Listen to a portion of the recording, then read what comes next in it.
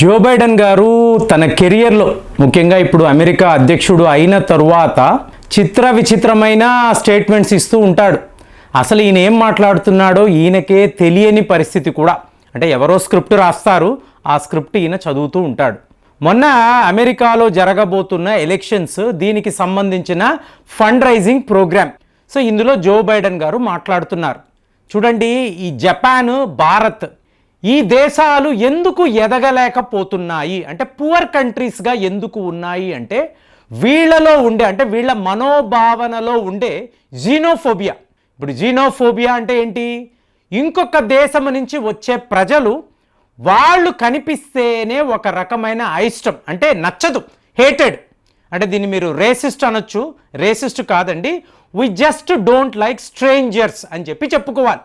So ఇలాగా భారత్, జపాన్లో ఉన్న ఈ యాటిట్యూడ్, విదేశాల్లో నుంచి ఎవరు వచ్చినా కూడా వీళ్ళు ఇష్టపడకపోవడము, ఇదే లాంటి ఒక యాటిట్యూడే రష్యాలోనూ ఉంది, చైనాలోనూ ఉంది. కాబట్టి 4 దేశాలు కూడా ఏ రోజు అమెరికా లాగా, అంటే అమెరికా అన్నప్పుడు ఏంటి, ఇమిగ్రెంట్స్ ఎక్కువ ఉంటారు.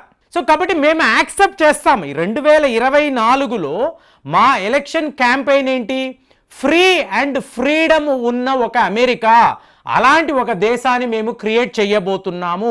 ఎప్పుడూ కూడా అమెరికా ఇలా వలస వచ్చే వాళ్ళని ఆదరించే ఒక గొప్ప దేశము. సో ఇదంతా మీరు విన్నారనుకోండి. ఏమండి, ఫండ్ రైజింగ్ ప్రోగ్రాములో జో బైడెన్ గారు ఇదంతా ఎందుకు మాట్లాడుతున్నాడు అంటే ప్రత్యర్థి ఎవరక్కడ, మామా Donald Trump. So Donald Trump అంటేనే ఇమిగ్రెంట్స్ని ఇష్టపడని వ్యక్తి. అసలు మీరందరూ మా దేశానికి ఎందుకు వస్తున్నారు? ఇక్కడ అమెరికా ఫస్ట్ కదా.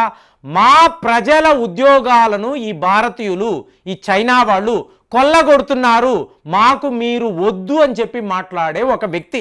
కాబట్టి డొనాల్డ్ ట్రంప్ గారికి వ్యతిరేకంగా మీరు మాట్లాడాలి అన్నప్పుడు ఈ జీనోఫోబియా అనబడే కాన్సెప్ట్ను తీసుకురావాలి.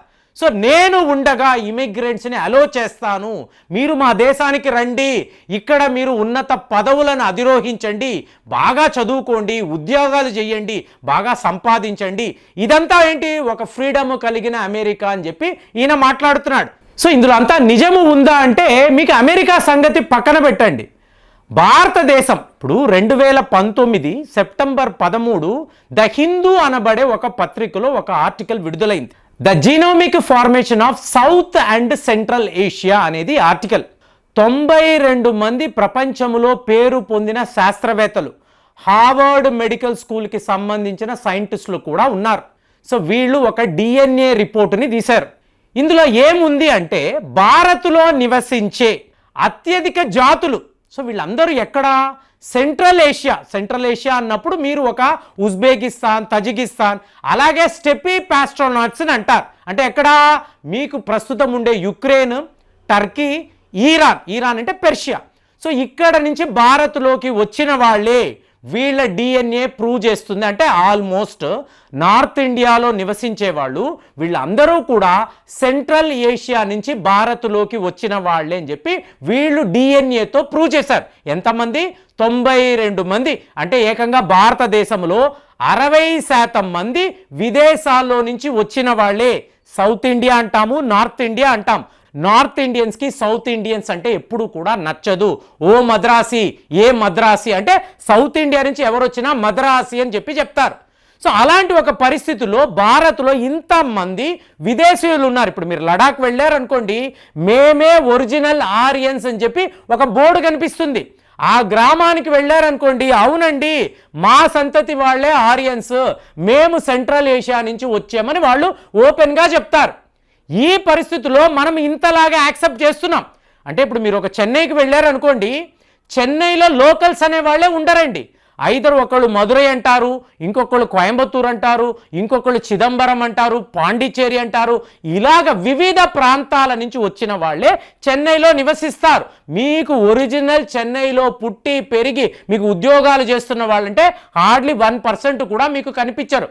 ఇక అమెరికా అన్నారనుకోండి, అమెరికాను ఒక దేశముగానే మనం చూడలేమండి. మీకు ఫెడరేషన్ ఆఫ్ 50 స్టేట్స్, 50 రాష్ట్రాలు కలిగిన ఒక దేశము అంటారు. అంటే కొంతమంది బాగా రిచ్గా ఉన్నవాళ్ళు వీళ్ళు ఏంటంటే అమెరికాలో పెద్ద పెద్ద నిర్మాణాలు చేసి డబ్బున్న వాళ్ళందరూ అమెరికాకు రండి, ఇలాగా మనం ఒక దేశం ఏంటి వరల్డ్స్ క్యాపిటల్, ప్రపంచానికే ఇదే రాజధాని, మీకు ప్రపంచంలో ఎక్కడ లేని అభివృద్ధి ఇక్కడ జరగాలి అని కంకణము కట్టుకొని డబ్బులు పోగు చేసి ఇన్వెస్ట్ చేసి అమెరికాను ఒక దేశాన్ని సృష్టించారు. అమెరికా మీరు వెళుతున్నారు అంటే అక్కడ డబ్బు అనేది ఒక ప్రాథమిక లక్ష్యంగా ఉండాలి, మీకు వేరేలాగా జీవించడానికి అవకాశం ఉండదు. 7 మొదలైతే పరుగో పరుగు, ఇది అమెరికాలో లైఫ్ స్టైల్. అలాంటి అమెరికాలో మీరు ఎక్కడి నుంచి ఎవరైనా రావచ్చు, చైనా అనండి, జపాన్ అనండి, భారత్ అనండి, ఆఫ్రికా ఖండములో ఎన్నో దేశాల నుంచి అమెరికాలో వచ్చి నివసిస్తారు. నా దేశానికి నువ్వు ఉపయోగపడితే నువ్వు ఇక్కడ ఉండవచ్చు, లేకపోతే వెళ్ళిపోవచ్చు అన్నట్టుగా అమెరికాలో ఒక ఫారిన్ పాలసీ ఉంటుంది. కాబట్టి వాళ్ళ ఆలోచన విధానాలు మన ఆలోచన విధానం టోటల్గా వేరేగా ఉంటుంది. కానీ ఈయన ఏమంటున్నాడు, ఈ జీనోఫోబియా అని ఒక కాన్సెప్ట్ వీళ్ళ మైండ్లో ఉండడం వల్లే వీళ్ళు ఎదగలేకపోతున్నారు. ఫ్రెండ్స్, 2024కి భారత్ యొక్క ప్రొజెక్షన్ ఎంతండి? 6.8% జీడిపి. వీళ్ళు మాట్లాడుతున్న జపాన్ 0.9%. అంటే ఏంటి, ఈ ఇరు దేశాలు కూడా జీడిపిలో ఎదుగుతున్నారు. అదే అమెరికా అన్నారు అనుకోండి 2.7 దగ్గర వాళ్ళు ఊగిసలాడుతున్నారు. ఎంత తక్కువ జీడిపియో చూడండి. సో ఈయనేమంటున్నారు, మేము చాలా ఎదిగిపోయాము, ఇవాళ మీరు ఎదగలేక పువర్ కంట్రీస్గా ఉన్నారు. రష్యా, చైనా కూడా ఇలాగే, ఈ మైండ్ సెట్ని మార్చుకోండి. భారత్ ఎప్పుడో మారిపోయింది. ఇంకా చెప్పాలి అంటే ఒక జపాన్ని తీసుకోండి, ఒక చైనాను తీసుకోండి, ఇక్కడ ప్రజల యాటిట్యూడ్ చూసారనుకోండి విచిత్రంగా ఉంటుంది. ఏ ఒక ప్రోడక్ట్ కొనాలన్నా, ఒక కారు అనండి, బైకు అనండి, ఏసీ అనండి, రిఫ్రిజిరేటర్, వాషింగ్ మిషన్, ముందు మా దేశానికి సంబంధించిందని చూసుకుంటారు. చైనా వాడు చైనా ప్రోడక్టే కొంటాడు, జపాన్ వాడు జపాన్ ప్రోడక్టే కొంటాడు. అదే ఇండియాలో చూడండి, ఒక విదేశీయ వాహనము ఉంటే గొప్ప, ఒక ఫారిన్ కారు కొన్నాను అంటే నాకు గొప్పగా ఉంటుంది. చిన్న కారే అవ్వచ్చు కానీ మేడ్ ఇన్ ఇండియా ఉండకూడదు. నేను ఒక ఫారిన్ కార్ని మెయింటైన్ చేస్తున్నాను, ఫారిన్ బైక్ని మెయింటైన్ చేస్తున్నాను. ఇవాళ కూడా 60% మందికి పైగా యాటిట్యూడ్ ఉందండి. అలాంటిది మనము విదేశీయులను చూసి వ్యతిరేకిస్తాము, ఇష్టపడము, హేటెడ్ అని అంటాము. మనం అంటామా? ఖచ్చితంగా కాదు. భారత్లో అలాంటి కాన్సెప్టే ఉండదు. ఎవరినైనా అలో చేస్తాము, ఎవరైనా ఇక్కడ నివసించవచ్చు అంటాము. దానికి కావలసిన సదుపాయాలు, మన చుట్టుపక్కల ఎవరైనా ఒకళ్ళు ఫారిన్ నుంచి వచ్చారనుకోండి, చిన్న సహాయం అడిగితే మనము పరిగెట్టి వాళ్ళకి సహాయాలు చేస్తూ ఉంటాం. మన బ్లడ్లోనే అలాంటి ఒక యాటిట్యూడ్ ఉంది. కాబట్టి మనం ఎప్పుడూ కూడా ఎవరిని ఈ జీనోఫోబియా అనబడే కాన్సెప్ట్తో చూడము. దాంతో జో బైడెన్ చేసిన తప్పు ఇమీడియట్గా వైట్ హౌస్ అర్థం చేసుకుంది. భారత్ని, జపాన్ని తప్పుగా మాట్లాడాము, వీళ్ళతో మాకు best of the best diplomatic ties ఉంది, వీళ్ళు మా alliance countries, closest relationship maintain చేస్తాము, ఇది హేటెడ్కి సంబంధించింది కాదు.